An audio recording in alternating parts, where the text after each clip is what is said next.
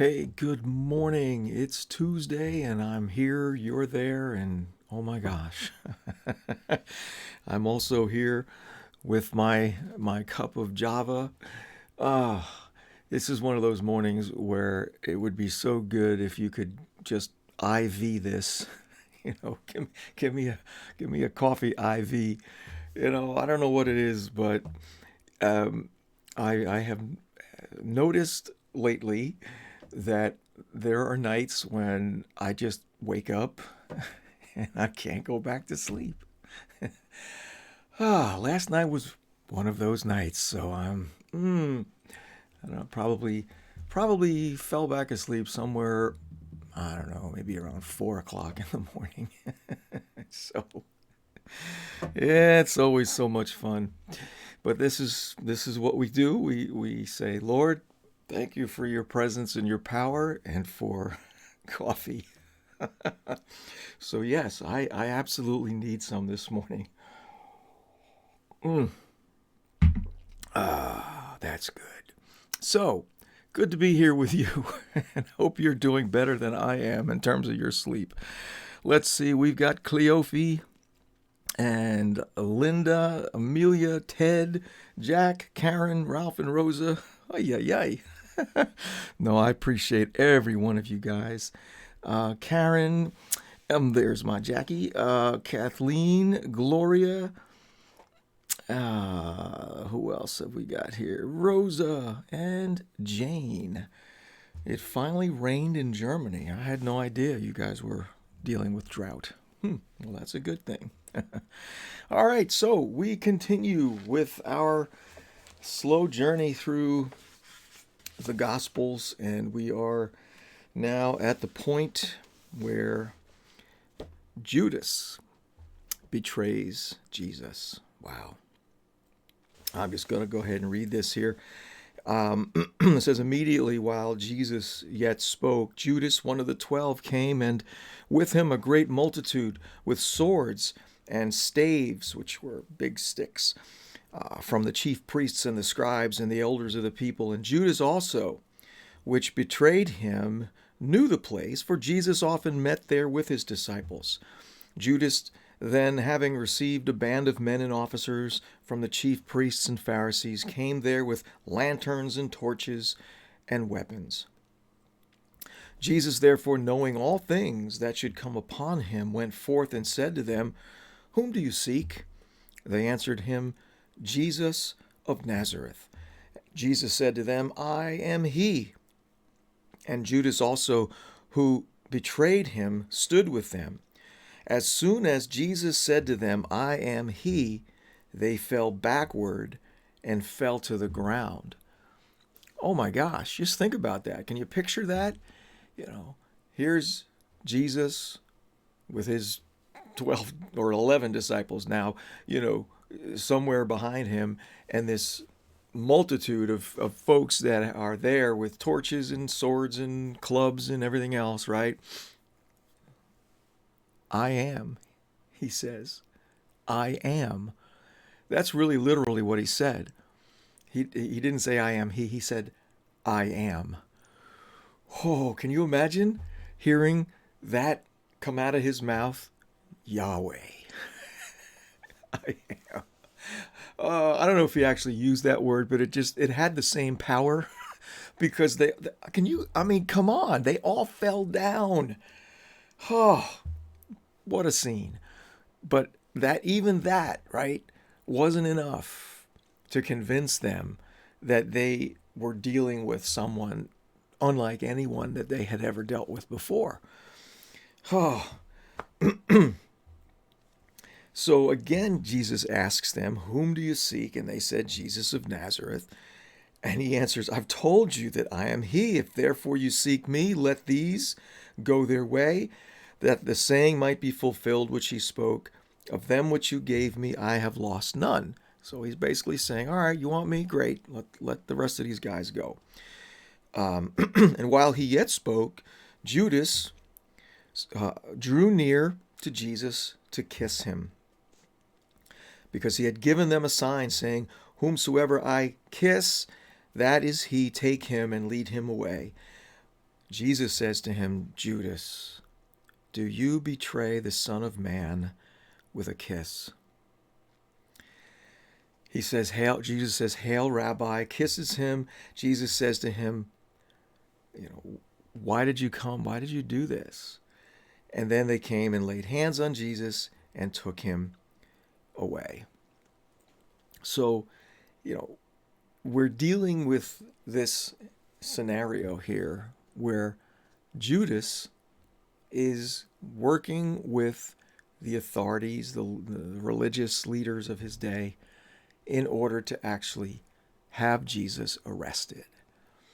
And, we've talked about this off and on, on other broadcasts as to what Judas' motivation might have been and, why he would do something like this. But obviously here, we're looking at the scene itself.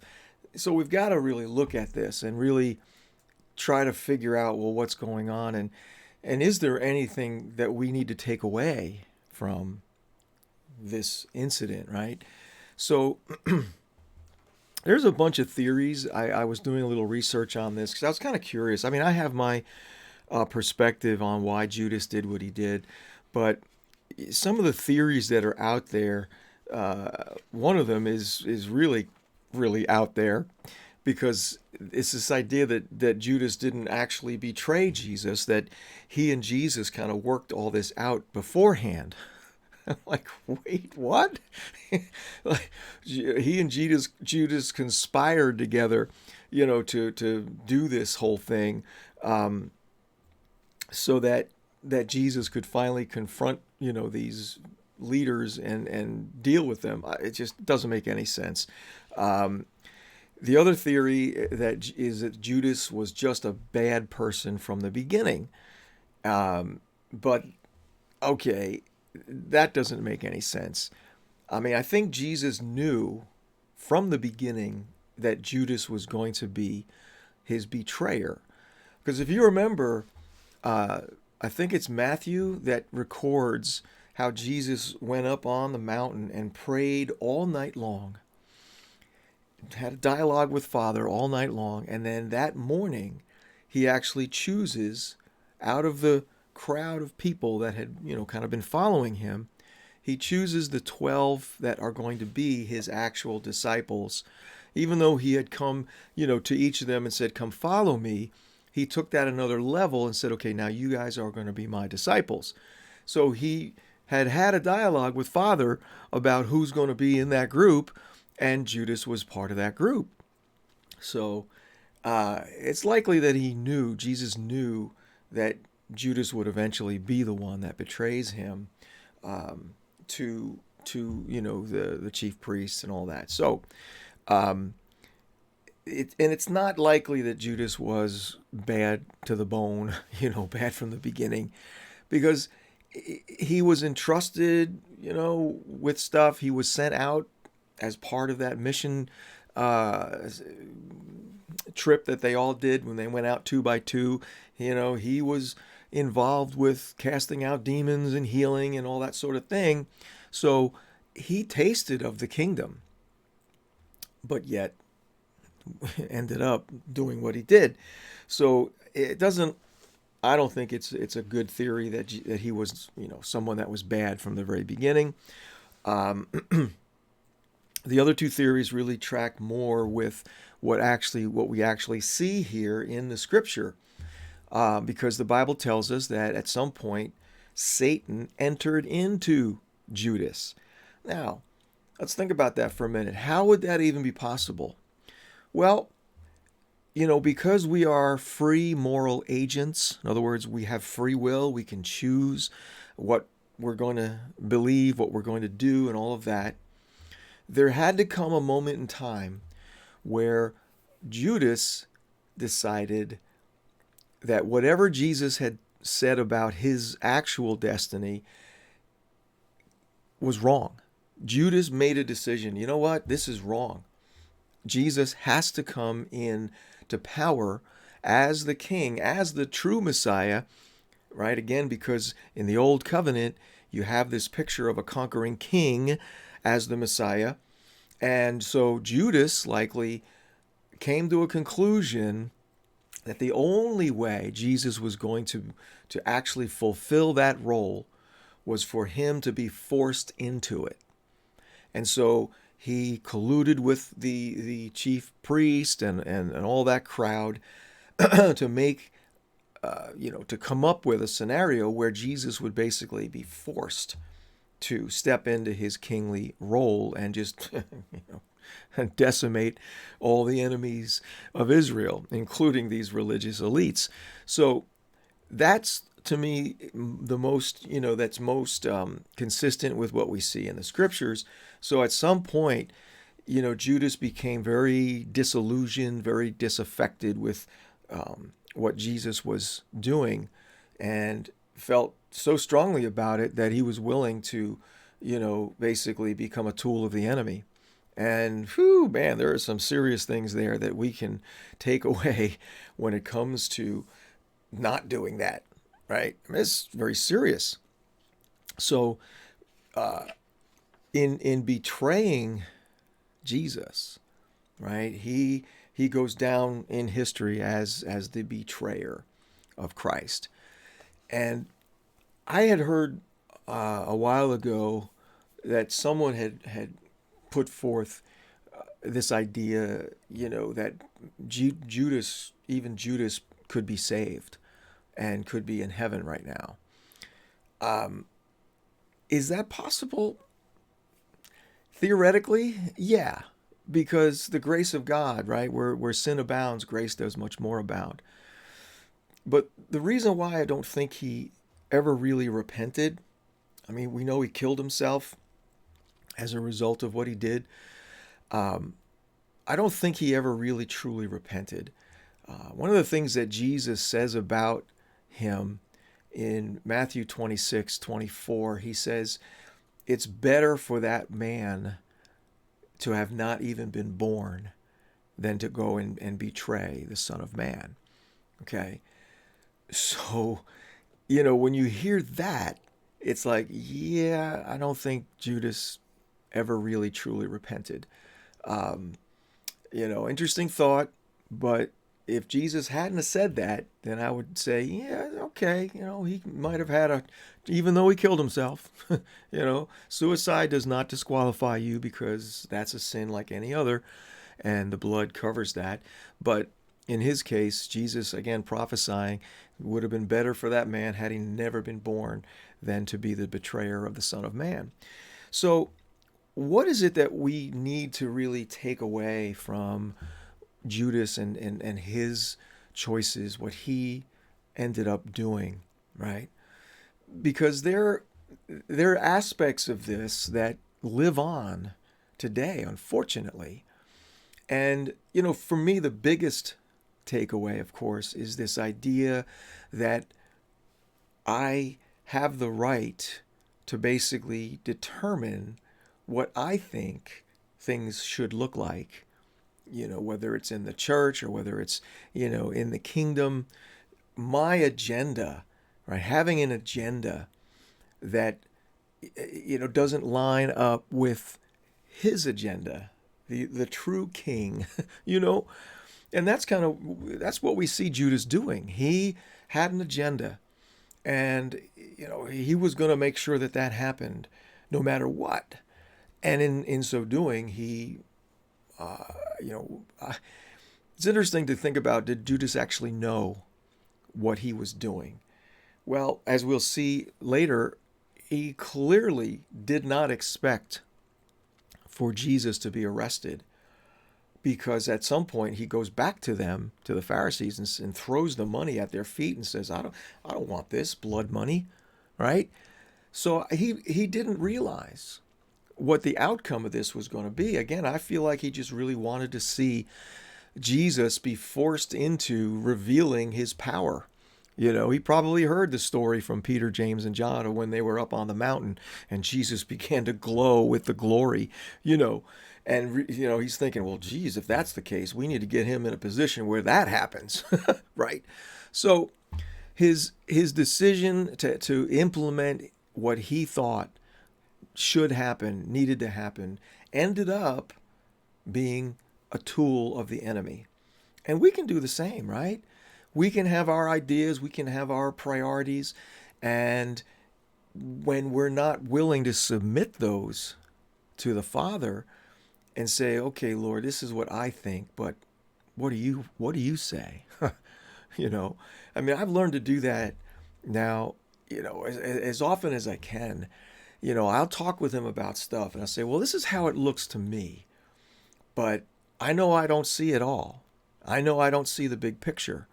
So I'm going to take that, I'm going to put it over here, and I'm going to wait for you to either confirm what I think I understand and see or correct it." Because as I mentioned, feedback is the breakfast of champions. I want to know, where I'm missing something.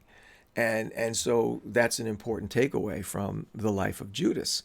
Um, I think it's fascinating to also realize that at some point in his association with Jesus and the disciples, he was putting on an act. He had to have been putting on an act. The more he became, disillusioned with the way Jesus was operating and doing, his ministry, there had to come a point in time, right, where he was just kind of, all right, I'm gonna have to play along with this, but this is all, wrong, and I'm not gonna, continue to believe this nonsense. This something has to happen here. You know what I mean? He really became a hypocrite in very many ways because he had his own ideas. He had what he thought should be done, but until he was in a position where he could actually do something, he had to play along, with the crowd and with the other disciples, in order to not, be found out before he could actually do something. So, yeah, hypocrisy. Oh, yeah. Let's not go there, shall we? Let's be real and honest and, and vulnerable and open and all that sort of thing, right?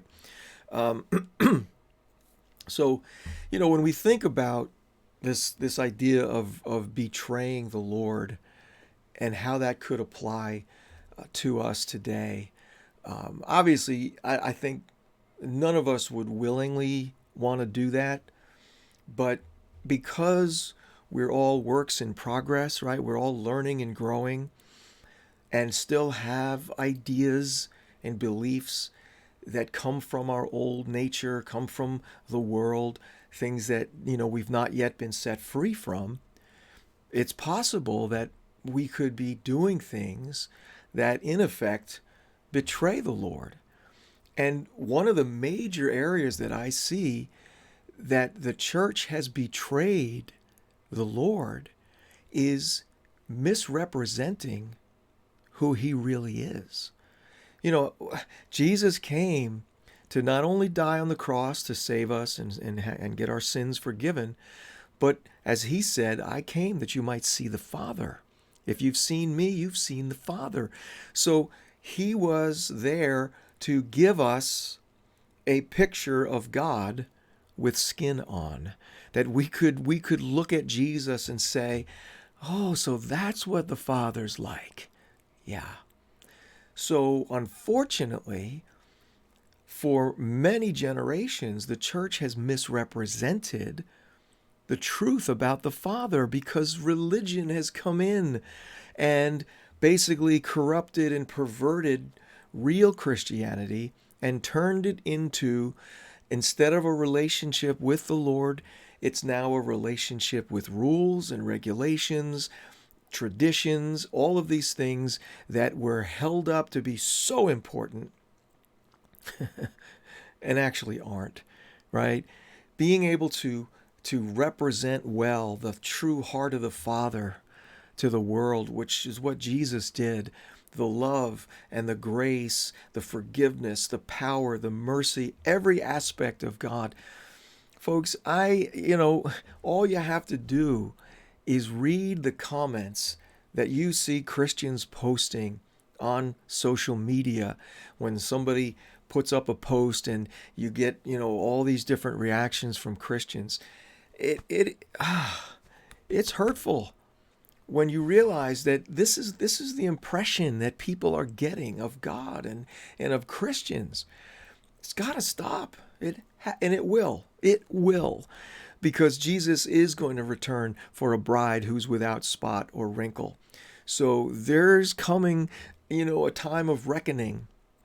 And I'm not saying that to bring fear into anybody's heart, because that reckoning is going to be an awakening.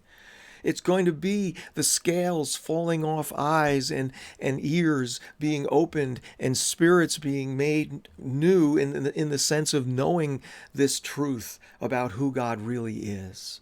And that we're called to love, because that's one of the proofs that we're for real, is that we love. Okay? So it's coming, and it's going to be glorious. And maybe what we're going through now is helping to wake up folks, but I still see a lot of snark on some of these posts. So the other thing that I think is a betrayal of the Lord is when we don't really practice or manifest truth, but we acknowledge it kind of, yeah, that's true, but it's not true for me in the sense that I'm not demonstrating that truth. And that's another aspect of hypocrisy, where I can say, well, yes, I know that the Lord loves me, and I know that He loves everybody, and that that I'm supposed to love everybody, but and that's a huge problem, where we spout a lot of these theological truths, but they're not really true, because not true for us, because we haven't experienced them. That's what I'm trying to say. And so I've become very careful about that. When I share things here, at least I hope I'm being clear whenever my experience doesn't line up with what the Bible says. I try to be very transparent that I'm a work in progress, like we all are. And if there's something that I'm talking about, that I know is true, but I haven't fully experienced it yet, I'm going to be real open about that, because to not is wrong. For me to pass myself off as some kind of expert, when I'm not. I mean, I'm grateful that God has given me a gift to understand, His Word, and be able to communicate that in ways that help people, in their understanding of God and what He wants. That's an awesome gift and responsibility. But man, don't ever think that I got this all figured out, because I'm walking this walk with you, just as much as anybody. So that's an important thing. Another aspect of this, which again comes out of the way Judas reacted, his focus was on what wasn't happening instead of what was. And oh my gosh, do we do that all the time, right? We are so used to focusing on the negatives of what's not happening, that it robs us of appreciating what is going on. And this is something that I learned from one of my mentors, long distance mentors, and that's Bill Johnson. He had been teaching. He's, I guess, taught that for probably over a decade, where we as God's kids, we should never allow the enemy to draw us away from what God is doing and what He has done into what's not happening. Because that's a posture of unbelief. And Judas was doing that. He, all he could see was the fact that Jesus was not acting like the king that the Messiah was supposed to be. He discounted all the miracles and all the lives that were touched and changed by Jesus and what He did and what He spoke. That wasn't important to Him, because what He wanted to see wasn't happening. And so for us, that's a really important takeaway. I never want to become that negative, that focused on, So here's the deal. if I'm praying for something to happen, if I'm praying, let's just use healing for for an example. I'm praying for some healing to happen in my life and it's not happened yet. Well, I have a choice now. I can either focus on that and say, well, what's wrong? It's not happening. Or I can continue to focus on the fact that God is moving in other areas of my life. He did heal me in other areas of my life.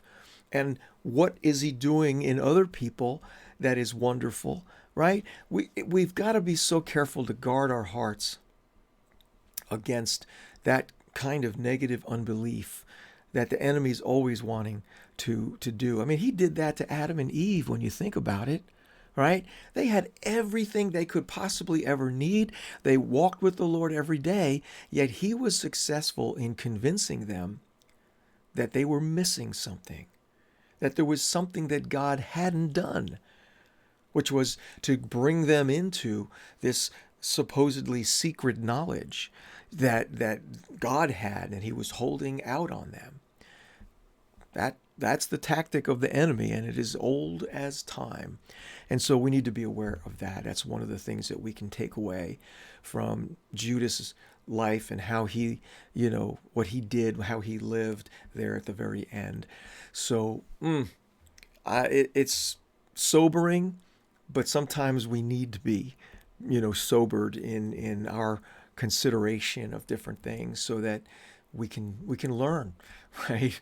We're using the phrase we can fail forward. Okay, Lord, I've messed up in this area, but thank you for showing me. Thank you for helping me to see that. And I now have that wisdom and I'm going to move forward. And I by the grace of God, I'm never doing that again, right? Oh, that is so good. Whew, thank you, Jesus. Well, I hope this is helpful and encouraging for you as it is for me. Let's see who else we have here with us this morning. I don't know where I left off here, but Larita, good to see you. Peter, good morning. Janet, Laura, Joan, Patricia, how are you doing? There's Donna, Yatisha, good morning to you. Iris, hey, there's Karina, how are you? Patty, Michael, how are you? Good morning. There's Jules. How are you? Good morning. And Lisa, all right. I think I got you all. If I didn't, again, please forgive me. Thanks to all of you who are sharing this with your friends. I am so grateful for you to help us spread the word about our little breakfast club. It's such an honor to be able to share with you every day. And hey, look forward to doing it again in 23 and a half hours, right? 8:30 Eastern tomorrow morning. So have an awesome day and just enjoy this amazing, amazing love that Papa has for us. And I'll talk to you tomorrow. Thanks so much.